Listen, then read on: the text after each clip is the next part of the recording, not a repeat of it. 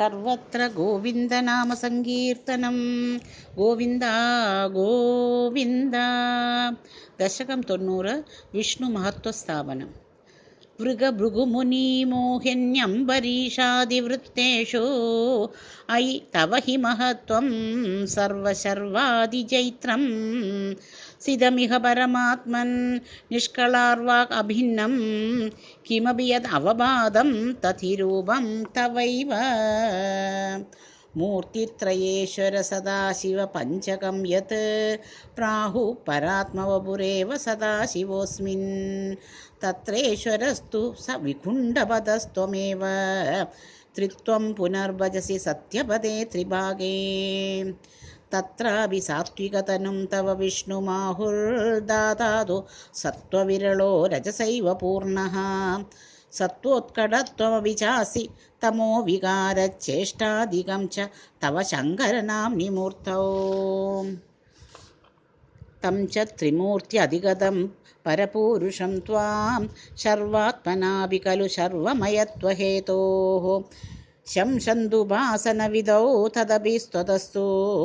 त्वद्रूपम् इत्यधिदृढं बहुनः प्रमाणम् श्रीशङ्करोऽपि भगवान् सकलेषु तावत् त्वामेव मानयति यो न हि पक्षपाती त्वन्निष्टमेव स हि नाम सहस्रकादि व्याख्याद्भवस्तुतिपरं च गतिं गदोन्दे मूर्तित्रयादिकम् उवाच च मन्त्रशास्त्रस्य आदौ कलाय सुषमं सकलेश्वरं त्वां ध्यानं च निष्कळमसौ प्रणवे खलुक्त्या त्वामेव तत्र सकलं निजगादनान्यम् समस्तसारे च पुराणसङ्ग्रहे विशंसयं त्वन्महिमैव वर्ण्यते त्रिमूर्तियुक् सत्यपद त्रिभागतः परं पदं ते कथितं न शूलिनः यद्ब्राह्मकल्पैः भागवतद्वितीयस्कन्धोदितं वपुरनावृतम् ईशदात्रे तस्यैव नाम हरिशर्वमुखं जगाद श्रीमाधवं शिवपरोऽपि पुराणसारे ये स्वप्रकृत्यनुगुणाः गिरिशं भजन्ते तेषां बलं हि दृढयैव तदीयभक्त्या व्यासो हि तेन कृतवान् अधिकारिहेतोः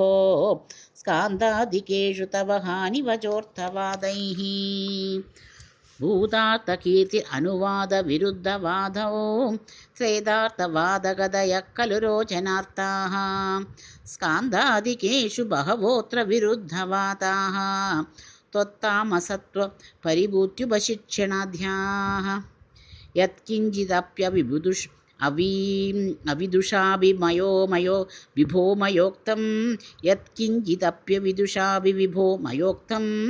तन्मन्त्रशास्त्रवचनात्यभिदृष्टमेव व्यासोक्तिसारमय भागवतो भगीतक्लेशान् विदूय कुरु भक्तिभरं परात्मन्